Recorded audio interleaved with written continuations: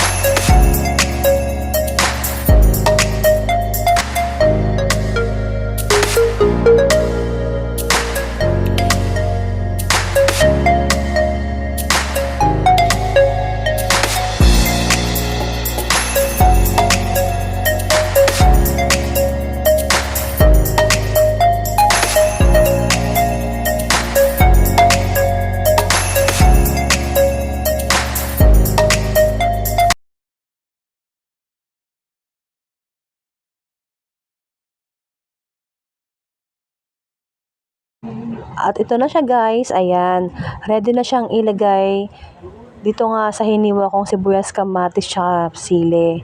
Binabad ko muna siya sa mainit na tubig dahil yun ang sabi sa akin nung nagtitinda niyan. Kasi hindi ko naman din alam yan, first time ko nga lang din namang bumili niyan tsaka makakain. So ayan nga, dahil first time, so titikman ko na siya ngayon. Binili ko siya kasi nga gusto kong tikman. Para din siyang pansit bihon. Pero ito kasi, galing sa dagat. Pansit dagat. At ito na nga, ayan. Hinahalo ko na siya dito. Sa mga hiniwa kong sibuyas at saka kamatis. Sinalin ko na siya. Pagkatapos naman, ay niligan ko siya ng suka. Ayan. Para din siyang, yung kulay green, yung lato. Ganon yung lasa niya. So, ito na nga guys, hinalo-halo ko na siya. Habang hinahalo ko ngayon, natatakam ako. Parang gusto nang tumulo ng laway ko eh.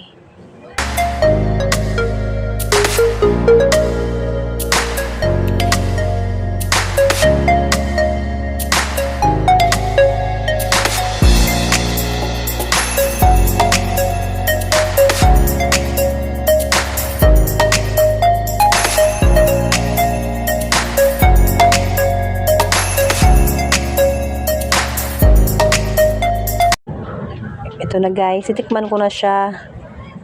Ayan, unang subo para sa inyo. Yung lasa niya, para siyang lato, yung kulay green na bilog-bilog. Ganun yung lasa niya. So, paano guys?